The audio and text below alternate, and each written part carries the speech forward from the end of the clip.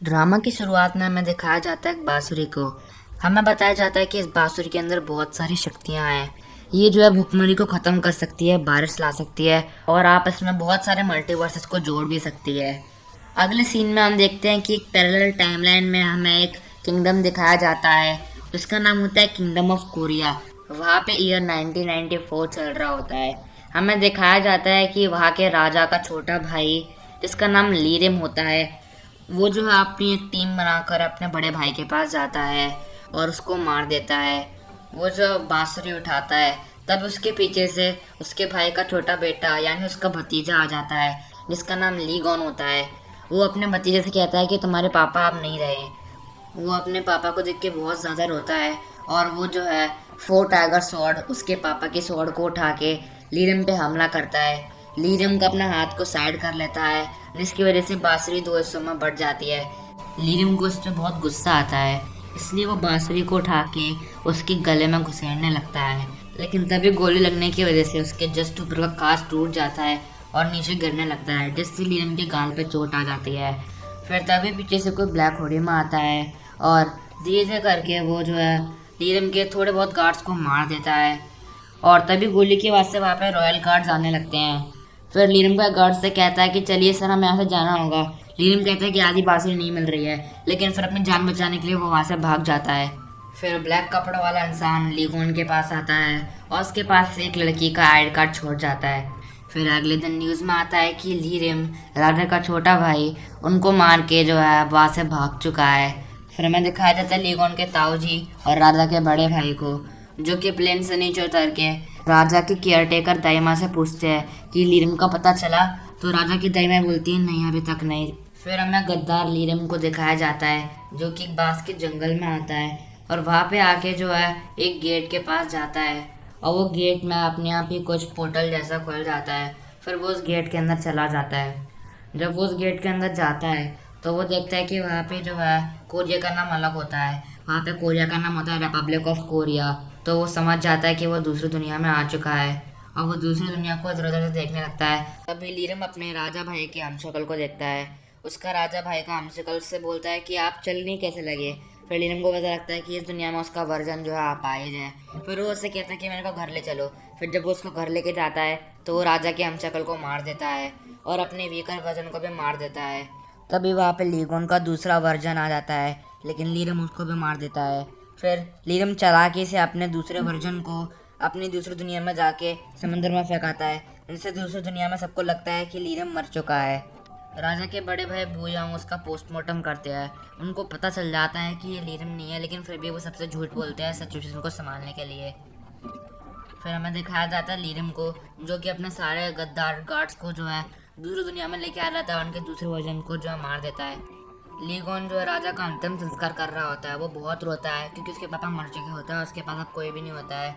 उसकी care taker दाइमा उससे बोलती हैं कि आप मत रोइए। फिर तभी सामने से एक बच्चा आता है जिसका नाम होता है जूयंग और वो राजा से कहता है कि तुम मत रो। फिर राजा उससे कहता है कि तुम यहाँ से जाओ। फिर वो उनका पीछा पीछा करते हुए उनके जो है रूम में आ जाता है। फिर राजा उस पर चिल्ला के कहते हैं कि तुम कौन हो और बार बार मेरे रूम के अंदर कैसे आ जाते हो। फिर वो उससे कहता है कि मैं तुम्हारे पापा का दोस्त हूँ। फिर राजा अपने पापा की आखिरी डेथ सेरेमनी में जाता है और वो वहाँ पे बहुत जोर से रोने लगता है। उसको देख के जूयंग भी रोने लगता है। फिर राजा उसके पास जाते हैं और उसको एक टॉय तलवार देते हैं और उससे कहते हैं कि आज से तुम मेरी अटूट तलवार हो और तुम मेरे बॉडी गार्ड हो। फिर हमें दिखाया जाता है 25 साल बाद राजा जो है बड़े हो चुके होते हैं और वो घोड़े सवारी के लिए जा रहे होते हैं। फिर हमें दिखाया जाता है केयरटेकर दाइमा को जो कि जो है उसके रूम में तलिस्मैन छुपा रही होती हैं। तलिस्मैन एक ऐसी चीज़ होती है जिससे माना जाता है गुड लक आता है और जल्दी शादी हो जाती है। फिर दादी जो उससे कहती हैं कि आप जल्दी शादी क्यों नहीं कर लेते, तो लिगोन उससे मना कर देता है। फिर वो तलिस्मैन को दे देता है और दादी से कहता है कि आपने दोबारा से इसको यहाँ पे छुपा दिया। दाइमा कहते हैं कि आपके लिए अच्छा है, आप मानते क्यों नहीं हो। फिर लिगोन उसको निकाल के वहाँ से फेंक देता है, लेकिन दाइमा दोबारा से उसको वहाँ पे लगा देती हैं। लिगोन के पास अभी भी वो बांसुरी का आधा हिस्सा होता है। वो घोड़सवारी करने जाता है और जब वो वहाँ से वापस आता है तो वहाँ पे उससे मिलने प्राइम मिनिस्टर कू आई होती हैं। प्राइम मिनिस्टर कू लिगोन से बहुत ज़्यादा चिपकती हैं और उससे प्यार करती हैं और वो उसके कान में कुछ कहती हैं तो पब्लिक मीडिया उनकी जो है फ़ोटो खींच लेता है। इसलिए पब्लिक में उनको लेके बातें चलती रहती हैं। फिर राजा बाथरूम में जाते हैं और जैसे ही वो मिरर को साफ करते हैं वैसे उनको पीछे जुआ दिख जाता है और वो डर जाते हैं। वो जोयंग से कहता है किस दिन हार्ट अटैक दिलवाया क्या क्या तो फिर जोयंग उनसे कहता है कि मेरे को आप पे विश्वास नहीं है, आपकी हरकतें कुछ ऐसी हैं। तो फिर राजा लीगोन उससे बोलते हैं कि तुम ऐसे बात कैसे कर सकते हो, तुम्हारा सर कलम करवा दूंगा मैं। जोयंग उनसे बोलता है कि आप तो भागने में एक्सपर्ट है, क्या पता आपने बाथरूम में एक सुरंग बना रखी हो। यहाँ पे हमें पता लगता है कि राजा को महल में अच्छा नहीं लगता है और उनको कोई बाहर भी नहीं जाने देता, इसलिए वो छुप छुप के बाहर जाते हैं। राजा बच्चों को कहानी सुना रहे होते हैं, तब एक बच्ची उठकर उनसे बोलती है कि राजा जी क्या आपकी कोई गर्लफ्रेंड है। तो फिर राजा जी कहते हैं ओह ये कैसा सवाल पूछ लिया तुमने। फिर राजा से कहते हैं कि मुझे पता है तुमसे ये किसने कहा है पूछने के लिए। फिर वो उस लड़की से बोलते हैं कि नहीं मुझे अभी तक कोई गर्लफ्रेंड नहीं है। फिर अगले दिन राजा बोट रेसिंग कंपटीशन में जाते हैं, जिसको वो जीत भी जाते हैं अपनी टीम के साथ मिलके। फिर हमें दिखाया जाता है कि एक ब्लैक कलर की होड़ी में एक लड़की होती है जिसका दो लोग पीछा कर रहे होते हैं।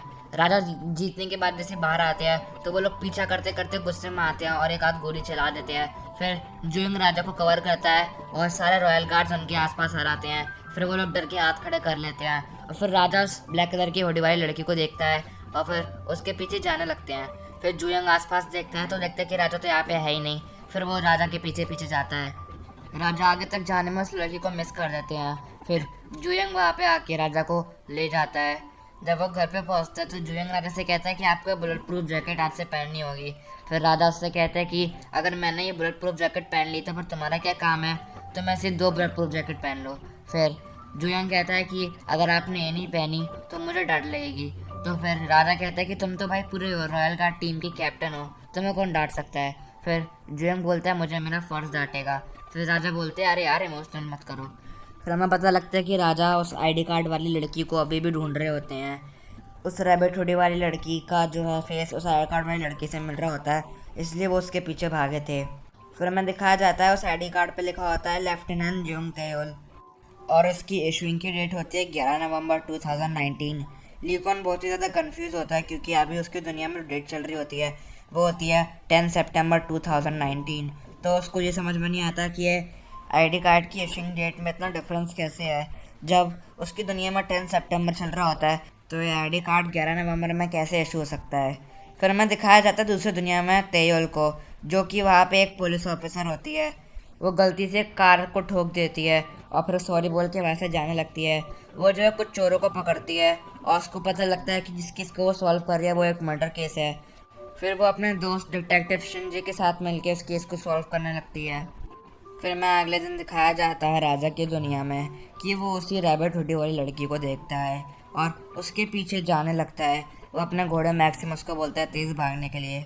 उसके पीछे जाते जाते वो उसी जंगल में आ जाता है जिस जंगल में जो है पोर्टल होता है। वो उस पोर्टल के पास जाता है, वो पोर्टल का रास्ता खुल जाता है। वो उसको देख के शॉक हो जाता है कि ये खुला कैसे। फिर वो अपने हाथ की बांसुरी को देखता है और वो पोर्टल के अंदर चला जाता है। फिर हमें दिखाया जाता है रिपब्लिक ऑफ कोरिया को, जो साउथ कोरिया और नॉर्थ कोरिया में बटा हुआ होता है। हमें दिखाया जाता है लीरम कोट उसके लिए समय रुक चुका होता है। उसकी एज अभी भी वैसे की वैसी थी जैसे उसकी 25 साल पहले थी। फिर उसके लिए दिखाया जाता है कि कुछ समय के लिए समय रुक जाता है। ऐसा इसलिए होता है क्योंकि जब भी दूसरी दुनिया के पोर्टल में से कोई भी आता जाता है तो दूसरे बंदे के लिए जो है समय रुक जाता है। फिर लीरम को पता लगता है कि राजा फाइनली दुनिया में आ चुका है। तेयोल को, जो कि अपनी कार में आराम से बैठी होती है, उसको जो है कार के मिरर में एक अजीब सी तस्वीर दिखती है उसी की। पर वो कहती है अरे यार मैं पागल तो नहीं हो गई, मेरे कोई आत्मा कैसे दिख रही है। फिर तभी वो लीगोन को देखती है जो घोड़े के ऊपर सवार होता है। वो जो उससे कहती है घोड़े वाला भाई साहब जल्दी से अपने घोड़े को साइड में करो क्योंकि उसकी वजह से जाम लगा रखा होता है। वो कहती है लगता है ये बह रहा है। फिर वो दोबारा से उससे कहती है कि तो अपने अपने घोड़े को साइड करो। फिर भी लीगोन उसकी जो है नहीं सुनता है। फिर वो जो है बाहर निकलती है और लीगोन से कहती है तुम बहरे हो क्या, तुम इस तरह से रोड पर तमाशा नहीं कर सकते, तुम्हें फ़ाइन भरना पड़ेगा अगर तुम्हारे घोड़े से उसको पोटी कर दिया तो।